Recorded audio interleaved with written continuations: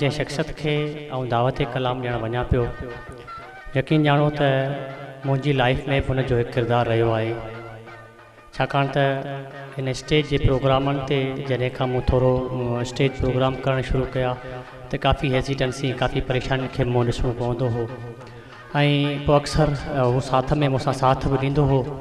ऐं जीअं आदि ज़ुबी लिखियो हो त रियाज़ जी शख्सियत हिकु सुठो दोस्त बि आहे, भाइरनि जो भाउ बि आहे, यारनि जो यार बि आहे, नंढनि सां नंढो बि आहे, वॾनि सां वॾो बि आहे।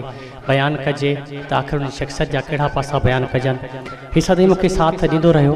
पर हींअर कुझु ॾींहं अॻु में लॻभॻि को महीनो अॻु में मूंखे हिकु प्रोग्राम करिणो हो, सागड़ खां ॿाहिरां को स्कूल जो प्रोग्राम हो ऐं आउं पंहिंजे हिन मुख़्तसिर कैरियर में पहिरियों दफ़ो कुझु परेशानी जो अहसासु थियो त जंहिं प्रोग्राम करण लाइ वञा पियो, इहो प्रोग्राम कुझु लेवल वॾी आहे, उते कुझु वॾे कद वारा माण्हू ईंदा, पंहिंजो इलाइक़ो बि कोन्हे, दाद ॾियण वारा बि कोन हूंदा, त थोरो डिस्टर्ब हुउसि।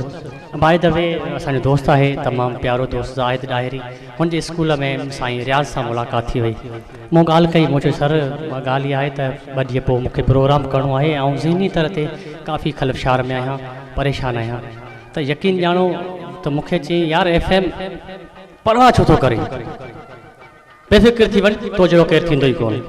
ऐं उहे लफ़्ज़ अहिड़ो त उत्साह ॾियण वारा हुआ मुंहिंजे लाइ, जे यकीन ॼाणो त जॾहिं मूं प्रोग्राम वञी कयो त वरी पोइवारी कई, प्रोग्राम करे अचण खां पोइ वरी मूंखे मिलियो FM ॾे ख़बर प्रोग्राम कीअं थियो, मूंसां तव्हांजी दुआ सां ज़बरदस्त थियो, चई अलाह कंदो कामयाबु रहंदे। त हाणे अहिड़ी शख़्सियत इन जे लाइ आउं त चवंदुसि त जॾहिं अहिड़ी शख़्सियत लाइ ॻाल्हाइबो आहे त असां वटि सदावाह में पाणीअ जी खोट जा लफ़्ज़ साथ छॾे वेंदा आहिनि। अच्छा, असांजो सदावाह अक्सर सुको पियो आहे न, त इहे लफ़्ज़ बि खुटी वेंदा आहिनि।